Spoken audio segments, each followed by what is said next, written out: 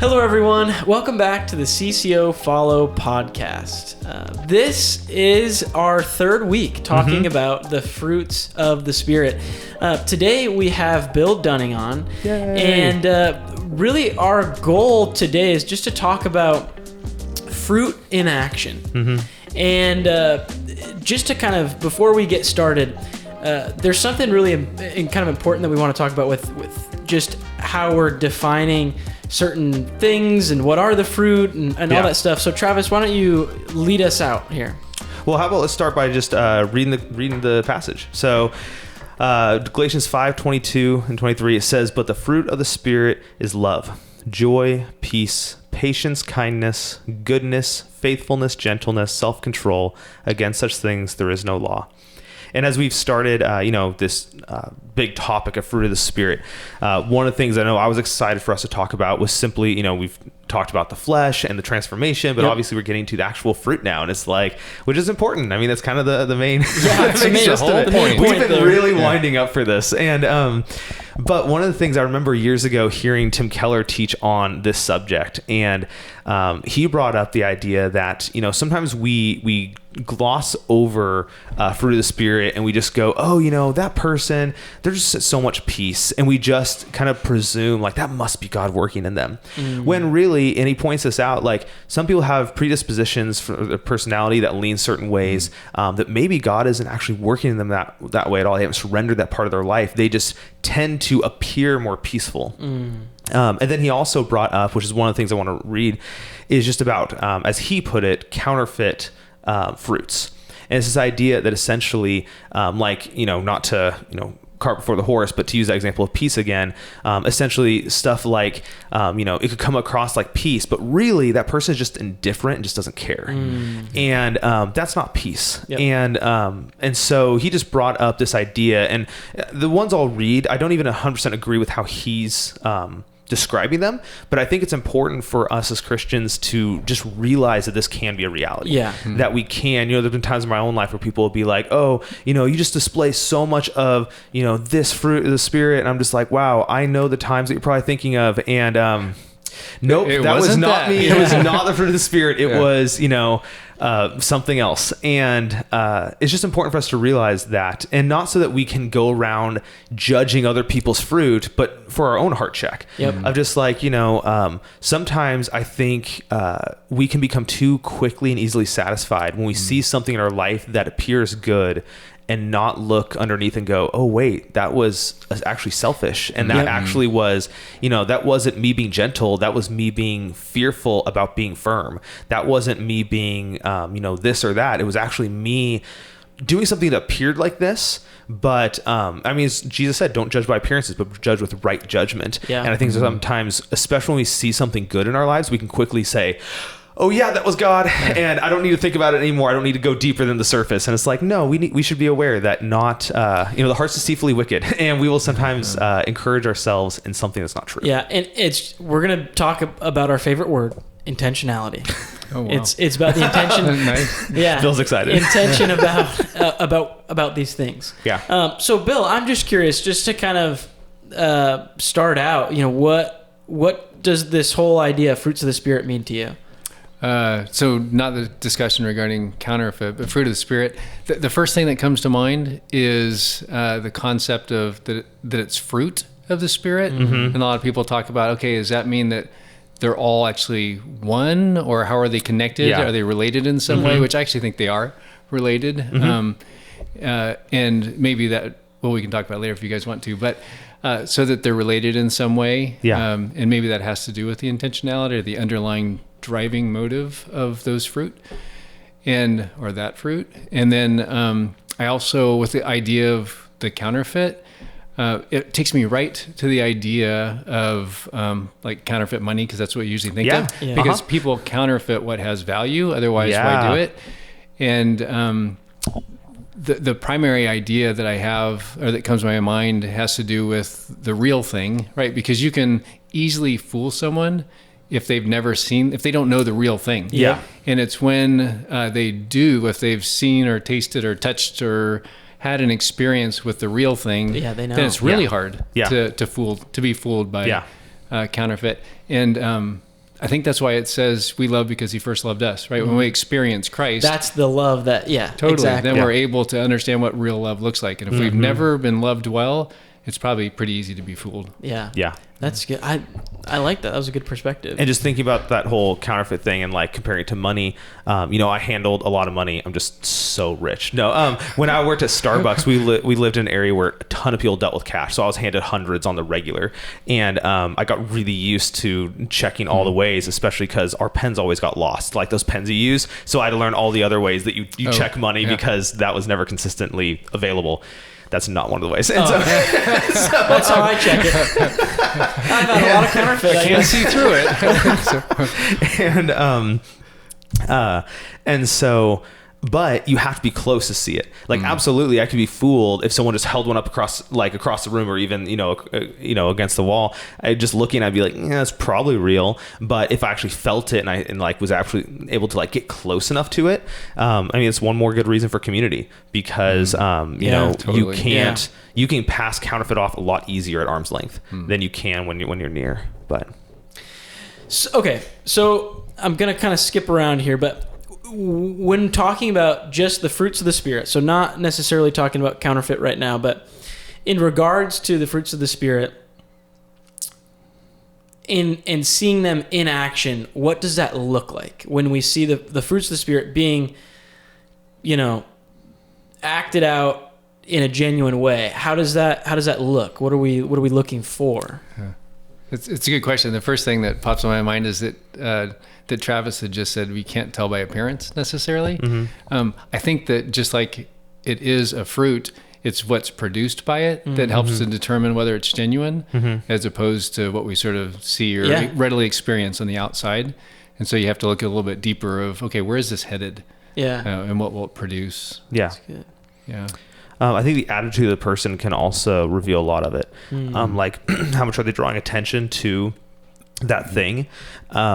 Because if they feel like it's theirs, then they'll naturally draw more attention to it. Yeah. If it's something that they own, it's something that they've contrived. And also, and I don't know, I'm torn about this one, but maybe also the intensity of which it seems like it was brought about. I remember Gail Irwin talking about fruit of the Spirit before, and he would say that an apple tree isn't just like straining to produce apples. It's not like you see an apple tree out there just like pop, and it's just like and not saying that we don't go through trials and stuff like that. I'm not saying God doesn't perfect our faith through difficulty, and Paul says I strain forward, but I don't know if that applies to the producing of fruit. You know what I mean? Yeah. Well, there's that passage that the love of Christ compels us, and it also can be taken as controls us. Yeah. But maybe that's one of the primary intentionalities or motives, is that the love of Christ causes that fruit just to go forth out of us without the straining and popping that you mentioned. Yeah. So, okay, because I'm really curious now, Bill, you mentioned kind of earlier just how you think they're connected. Walk us through what you mean by that. Yeah. When you read the list that you read out of Galatians 5, when I describe what love looks like, and this, I think in Keller's material, he sort of defines it a similar way, but I really see love as being what is doing what's in the best interest of another, regardless of the cost. And you have to be able to define what's best, and then you still have to sort of define what love is. And all of those other fruit seem like they are a byproduct of real love, because you can't have love without kindness. They're just so related. And the greatest of these at the very end, it says, is love, or verse 14. And I think that is actually the driver through all of them, because it also says in there, without love, you'd be, all of these great acts that you might do would be like a clanging gong or a cymbal, and they're just void and empty unless they're filled with love. Yeah. Interesting. I've definitely heard that before, of the fruit of the Spirit, there's one fruit, it's love, and that the rest of the list is basically just the not defining, but here's examples of how love is played out. I don't know, honestly, what I believe. I've heard both. I think both have a lot of value to them, but I certainly agree that I was actually listening to a sermon a few months ago about the fruit of the Spirit, and or no, it wasn't about the fruit of the Spirit, but he went on that side tangent about it, and he said that that the fruit of the Spirit is more like grapes and less like marbles, where you know, marbles, they could be just scattered and you have to like collect them, you know, you have to, you know, get all the marbles, and grapes, it's like you cut off the vine and you just have this cluster of grapes. There's a bunch of like individual ones, but it's the, you know, thing. And I think that whether you view it as the fruit of the Spirit is one fruit, just love, and it's exemplified in these ways, or if you view it as like there's a bunch of fruit of the Spirit, I think both ways you ultimately have to come to the conclusion that, well, they still come from one Spirit, from one Lord, from one source.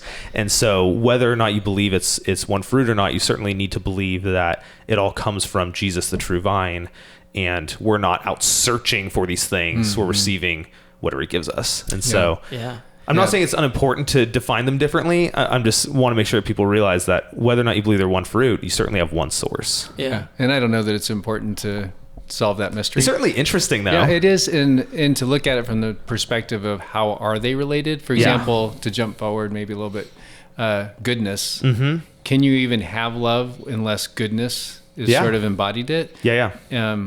Because I think goodness is essentially having the character of God. And so can you even love well if you don't have that underlying character? And so if love is dependent on having goodness, then they're not necessarily the same, but they're certainly related. Yeah, they could be on that same bunch. Yeah. Interesting. Okay, so let's walk through some of this kind of counterfeit idea then a little bit deeper. I could tell you, you know, the question that I have is like, okay, well, what makes it so important that we are aware of counterfeit fruit versus good fruit? And you had mentioned earlier when you were talking, just, you know, they will know us by, you know, the fruit sometimes, and the fruit that comes out of something. You know, I think of the way that I kind of think of it is, you know, in my ministry, you know, who I'm, you know, leading, or, you know, my home group, so to speak, like when I go to audit, is this quote unquote successful? What I really mean by successful is like, is there fruit coming from this, you know? And I'm looking for these fruits. And I think it's important, at least for me, when I hear counterfeit, I can honestly fall into the trap of being, I guess, blind to the counterfeit fruit that's just right in front of me on something. And so I think it's actually important for us to know within ourselves what kind of fruit are real and what are just plastic. Exactly. So I mean, let's kind of go into some of these if you want.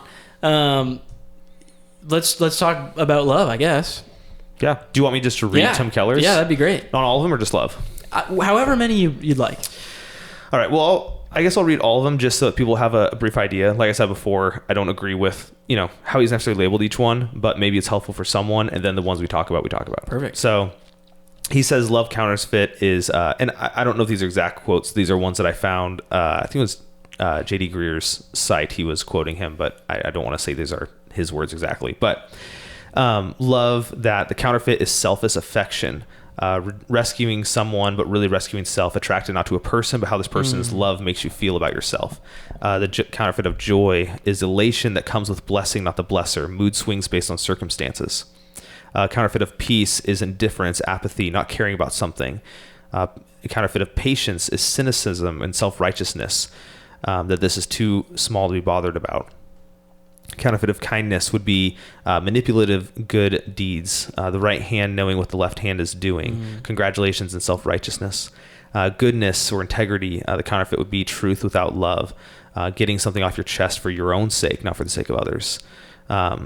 Faithfulness, counterfeit, love without truth, being loyal when you should be willing to confront or challenge. Gentleness, humble meekness, counterfeit would be inferiority, self-absorbed, self-conscious.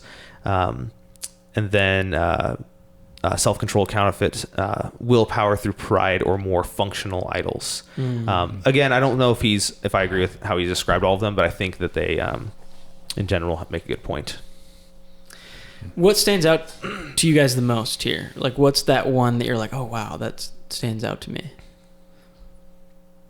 Well, one that jumps out to me is kindness, and maybe it's because it's what I struggle with, and maybe I struggle with kindness. I'm not sure. You but struggle with kindness. Well, I know it's hard to believe, but it's possibly true. I think the reason I struggle is because I'm so familiar with a counterfeit of kindness, and I think that I err on the side of being nice rather than kind.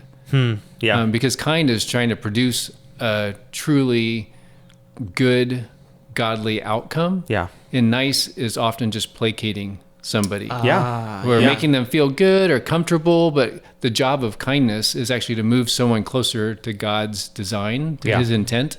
And so sometimes kindness is actually saying, Arthur, your fly's down, or whatever it is. Yeah, totally. And when nice might just like, oh, I don't see it. Nobody, or whatever. Yeah, it's just, it just goes for a totally different end. Interesting. And it's really easy for me to err on that side. Yeah.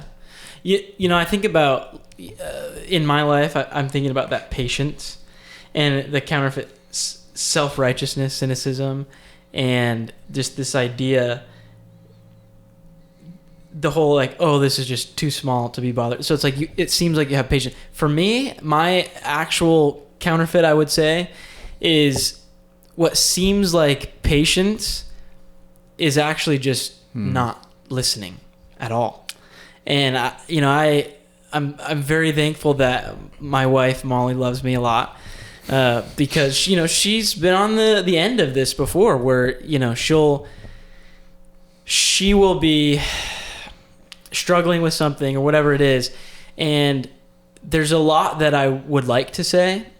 Yeah, the first form, I speak a lot, I talk a lot. I don't know if you guys have noticed this, but and sometimes she's mentioned, well, why can't you just be patient and listen to me? And so okay, sure. And then in those times, I'm thinking, I really want to say something, but I got to work on having patience. But then that work kind of slowly fades into this, like, I'm not really even paying attention or listening. And afterwards, like, okay, yeah, I heard you. Like, that's, and then it's like, it leads into a lie, and it's like, what am I doing? And it's something that, when you brought this up, I started thinking about, okay, what are my fruit? I gotta audit these things. Yeah. And that's just one that kind of stood out to me.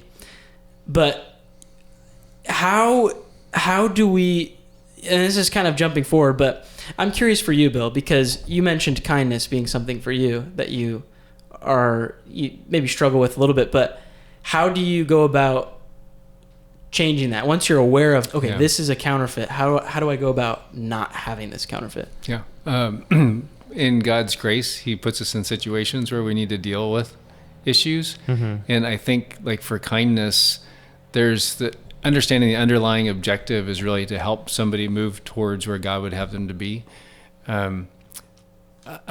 First of all, he puts me in situations where I've got to deal with it. And then also I've really realized, unless I'm faithful to be thinking about and praying for that person, I will not know how to respond in the situation. And so I need to be thinking about them, what's going on in their life, and praying for what God would do on their behalf, which is sort of requires also paying attention to what God's doing. And by submitting myself to the Lord in that way and realizing, there is an added, very important purpose of prayer, which is so that I can be effective in being an advocate for the Lord in somebody else's life. And so seeking to take that time and to be engaged in that way. Totally. I love it. What strikes you, Travis, about these counterfeits?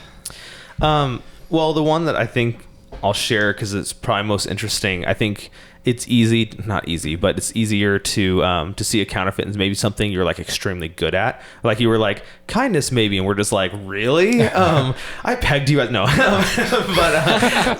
But one that stands out to me so much about myself would be peace, which I think even saying that, you're laughing, you're like, since when have you ever showed me peace, Travis? And my wife's probably going like, where is he going to go with this? And but I don't think we just have counterfeits in the things that we tend to be really strong at. I think maybe that's an easy place to go to also. But even the places that we might be weakest, I don't know if I'd say I'm weakest in peace when you look at all these, but it's at least in the top 2 or 3.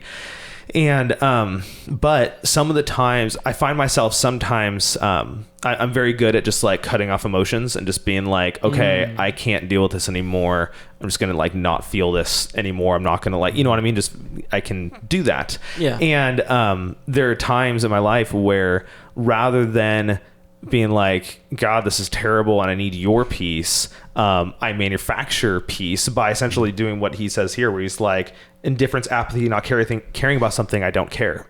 And I can manufacture that by just being like, all right, I'm done feeling anything about this situation and I'm just going to like move on. And I've actually had people be like, wow, you're so at peace with this situation or that person or this thing. And I'm like, and I just move on. and I know that I'm manufacturing it. You're not telling on yourself. I'm not telling on myself. But I think like, the thing you're asking about, like, well, how do you take the next step? I think it's like being honest with yourself. Yeah. Because you can't pray and ask for help with something until you're honest about it. Yep. And so I think recognizing it, and that's, sometimes it's something you already know, but sometimes it's like the prayer that in the Psalm where it's like, search me, O God, know my heart, and like show me if there's any way. Yeah. And do you think that in some ways that you had read the counterfeit for pieces, apathy or not caring? Do you think that there might be some aspect that's valid in that, because there are some things we shouldn't care about and there are things that we should care deeply about? Oh, interesting. Well, that's fair. And when we're able to care about the things that are most important, things that are eternal, it gives us the freedom to care less about the other things potentially. So in some ways, not apathy, but caring less might actually be part of that fruit. I could see that, but I think it's less about caring less. It's more about caring more what matters. You wouldn't like... like maybe caring less is a result, but it's not like that was what you chose to do. Like if you're in a marriage and, your spouse does something that drives you nuts, focusing on caring less about that doesn't help your marriage, but focusing on caring about your marriage will inevitably make you care less about the things that didn't matter. So I think at least in his example, I think what he's getting at is, where is your effort and focus coming from? Is it you're focused on just not caring about things so that you don't have to worry and you seem like you're at peace? Or is it that you're focusing on things that really do matter? And so it naturally puts it in its place. That's good, because I think sometimes it's easy to think that you're more spiritual or act more spiritual because you're just know you are. I know one day we're going to be with the Lord, so I won't care about anything else. And it's just an apathy. And it's truly apathy. Yeah. Because even Jesus, when he raised Lazarus, when he cried with Martha or with Mary, he knew that Lazarus was going to be raised. So why is he crying? And it's because he cared about the little things and cared about how it was affecting others. Yeah. Absolutely. It's, I think for someone, so if you talk to like any of my family or friends, they would tell you like, I'm a very passionate person and I get passionate about things. Sometimes I'm too passionate about the wrong things, right? You were about to point at me, so I'm nervous. Did you see that hand motion? But it's one of those things where kind of what you guys were saying is like, I care a lot about a lot of things. And when you were mentioning, it's like, maybe it's not caring about something, but just caring about something more than another thing. I listened to that and I'm like, that's tough, because for me, when I'm like, for example, because this is just what's kind of bringing peace and thinking about what's happening, is like, I think about the state of our country right now. Not to get political or anything, but there's very worldly valid reasons to be not at peace with what's going on. And you take a step back as a Christian, we have peace. Well, why do we have peace? Well, we know the ending and we know who's in control. But at the same time, it's like, how can I be passionate about something and care for that something? Because I care about our country, I care about the people here, and I care about the people around the world. But if I'm putting my passion, this is what you were saying, in the wrong area, like, oh, well, that means I gotta, I have to go around and tell people to vote a certain way or do that. instead of maybe I need to practice these spiritual fruits and spiritual gifts that I have and be a good witness and love someone well and be kind to someone, because that's actually going to make so much more of a difference than all these other things that I could be passionate about. So it's like kind of redirecting that passion in a different area. I don't know. I mean, it makes me think of C.S. Lewis, where he said something effective like, it's not that our desires are too strong but too weak, that we have so little desire for heavenly things that our very weak desires are actually things that cause all these problems. I think it's just, backing the wrong horse. It's putting all the eggs in the wrong basket when we, do that. Even you talking about the examples that you gave made me think of, I've heard Christians say essentially like, man, it'd be so great if we could just like become a Christian nation, quote, again, depends on what you believe by that. But it'd be so great if we could just see a lot of people get saved, because then they'd vote differently and they'd live differently, all these different things. And I'm like, listening to them going like, shouldn't we hope to get saved so they have eternity with Jesus? And it's about wanting the wrong thing. Even you wanted the right thing, them to get saved, but for the wrong reasons, so you could have an easier time on earth with your neighbor. I wonder if that even goes back to the whole idea of counterfeit, because like in the 50s was the height of the church attendance. And at that time, though, it was just preceding the 60s with sexual revolution. Yeah. And so much of it was superficial. Totally. And so everyone thought, oh, everything's okay in America. But that doesn't mean that the love of Christ is really happening. It just means people are going to church. And so people rest or find peace in a substitute. Instead of like, oh, wow. And so now with the shaking that's happening right now in America, it's like, oh, wow, people are realizing that counterfeit didn't work. They're turning to something else. Identifying the counterfeits now, and that's something I was actually going to bring up, is like, I think it's easy sometimes to see the counterfeit of peace when something is going on and you're like, whoa, I'm actually not at peace here. And then other people around you can see it. And I just think about this whole idea of like fruit and the, being attached onto the vine, the tree. And at the end of the day, when you look at, I'm going to bring up like another farming reference, because I'm super into it. So much agricultural experience. It's oftentimes that the plants and the fruit actually is more abundant when that plant has had to struggle.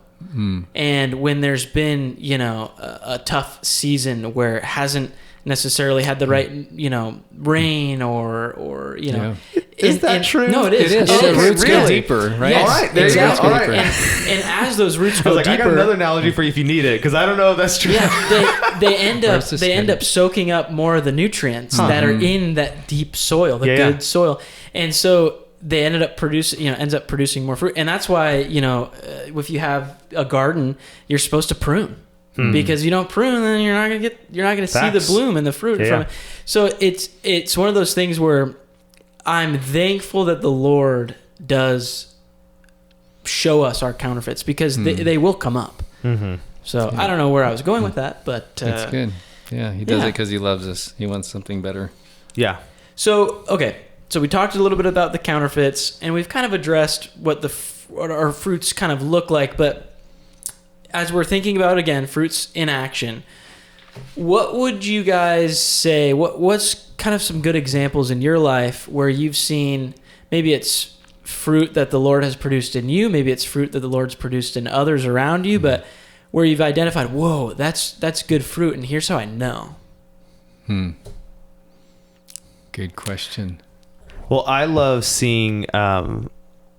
I think there's two types of people that I just love seeing fruit in their lives. The first is younger people who is just like they're bountiful beyond what people would expect, because that's just all. It just stands out, and it's just like. And I'm at that age now where I'm like, younger than me is what I mean by younger people. How old are you now? Don't even. And and so I mean, like, it's really cool, and it's just really cool seeing people who are just younger and it's just like they're just exuding this like growth, because they're at that stage where they're really making Jesus like their Lord and like their Savior, and it really shows because he's doing something in their life, and it's really cool, and it's something unique about those early and certain age. The second category I love is like people who are just a lot older, because they've had just decades to develop that. And, as you get older, you tend to go one of two directions, you know what I mean? And those who decide to go the direction of following Jesus and becoming more like him, it's such a stark contrast to those who don't. Oh yeah. And it's just like, wow, you see this like older McPuffin who's just like totally, just unkind and not gracious and just all the things. And then you meet someone who's been following Jesus and you're just like, wow, you're like There's a everything I difference hope there. I can one day be. Yeah. I see this especially, he's older than me.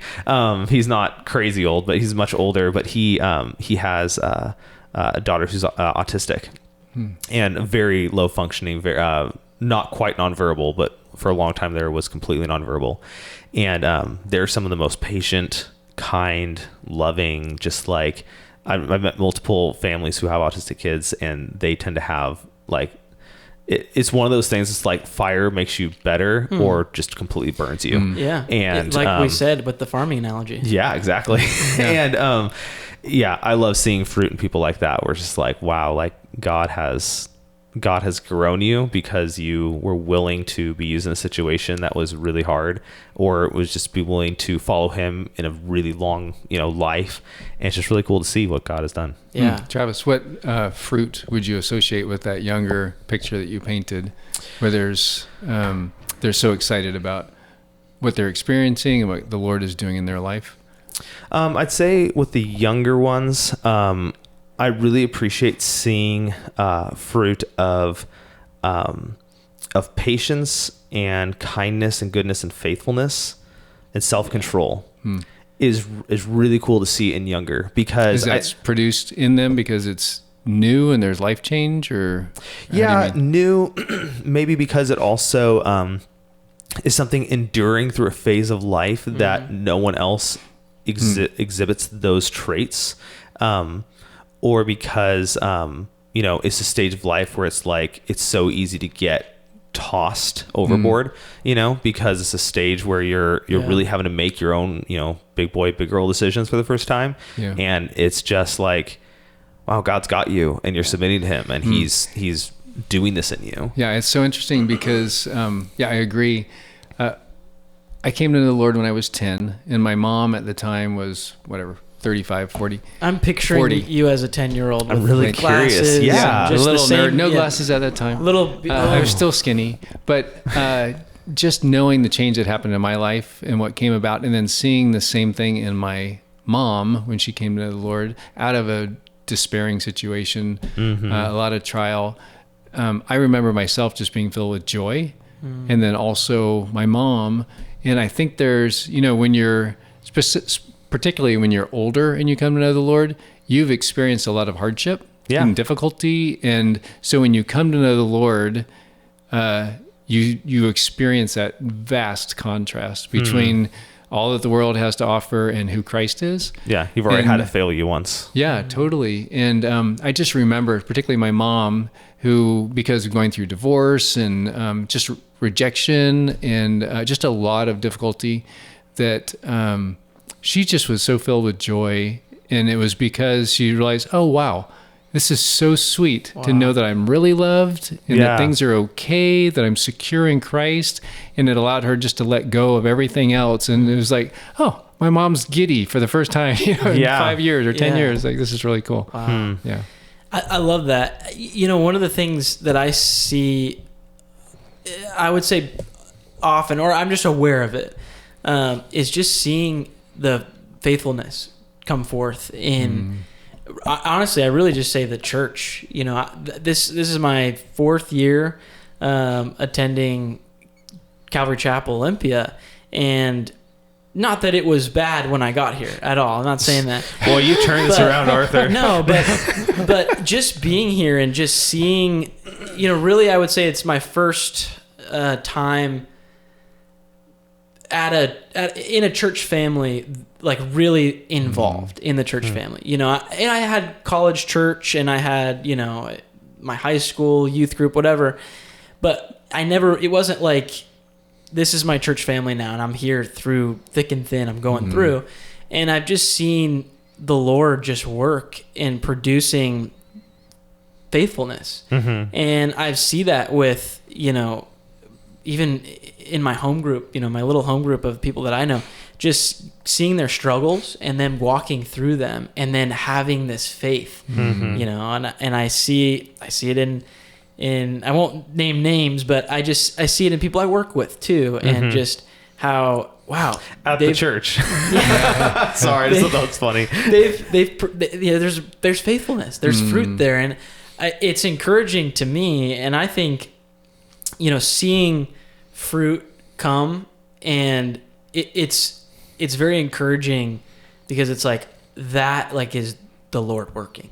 It's not, oh, you did a great job, or, oh, nice, you got this. It's, wow, the Lord is working in your life. The Lord is working here. The Lord is working in me, and he can work in me. And it's just super encouraging to me. That is great. You had started out by talking about intentionality. Yeah. What is the intention behind faithfulness? It's really being intentional about following after Christ, I think. When we look at okay, well, being faithful is different than just hoping for something. It's understanding God has this. This is all God. I'm a steward, right? Stewardship. The Lord is what produces the, I don't want to use the word success, but there's the fruit and the blessings and the good things that we see here and in our lives and in just the overall gospel. It's because of what God is doing, not because of what we're doing. And so I think faithfulness is really just seeing the Lord work in that and trusting the Lord into that. And I just think being intentional, like, part of faithfulness is like, okay, I'm going to trust you, Lord, even when this seems impossible to me right here, but nothing's impossible to you, and you're faithful. And so having faith and putting stock in that, I think, is being intentional about that, I guess. Yeah, that's good. I think that example you gave shows that whether you believe it's a single fruit that's displayed in multiple expressions, or if it's multiple fruit, you can't deny how intertwined they are. Oh, totally. I mean, they're as intertwined as tulip is for Calvinism. It's like, you, even exactly what you were how just did that saying. Get in this discussion? Just slipping that in. Because I'm here. But you gave an example of faithfulness, but as you did so, you expressed things that would lead towards having peace and having joy. Oh, totally. And it's like, you can't get around the fact that a whole person submitted to Christ bearing fruit. It's not like God's like, okay, let's work on self-control this month. It's like, no. He's growing all the fruit in you. Like it's not like this weird imbalance, like I'm only working on this right now. It's like, no, these are intertwined. They connect. And, as we become more like Christ, all these things will be growing. And why is that though? Right? This is kind of when you ask the question, okay, well, how do we produce more good fruit? Fertilizer attached to the vine, right? Who is that? It's being attached to Christ. It's clinging on to him. It's following him. It's abiding in him. How can we do that well? Wow, good question. So that's John 15 about abiding in him. In John 14, just before that, it's talking about Jesus mentions what it looks like to love him. And he's making a case. Yeah. You see that smirk? I saw it. Trying to get it all built up and ready. In John 14:21, it says that he who loves me, he who keeps my commandments is the one who loves me. Yeah. And the one who loves me will be loved by my Father, and I'll love him and make myself known to him. And it's amazing to me that it starts with obedience. Yeah. And just saying, okay, Lord, I'm going to give up on my self, and I'm going to follow you. And just that's that step of faith where it opens the door and allows the Spirit to work in a way that otherwise he couldn't work in our lives. Yeah. And then we get the kudos of him revealing himself to us. Yeah. I'll make myself known to you in John 14. Yeah. And so I think in some ways it really does start with just making a decision that we're going to give up on ourselves, deny ourselves, take up our cross, and follow him. Yeah. Well, it's the classic John the Baptist, like he must increase, but I must decrease. Like, I think it was last episode I mentioned, I forgot who said it, but essentially like that so often we pray, God, fill me with your Spirit and display His fruits in me, when we're already full of something else. And we can't be filled more with Him when we're full of something else. Like, we need God to empty us first before He can fill us with that. And it requires that decision. Ongoing one. An emptying of a sort. Yeah. And then I think back to that, and I think, okay, the next, having the obedience to really give up ourselves and follow Him. And then He says to love one another. And when He says, keep my commandments, He makes sure to say it's love one another.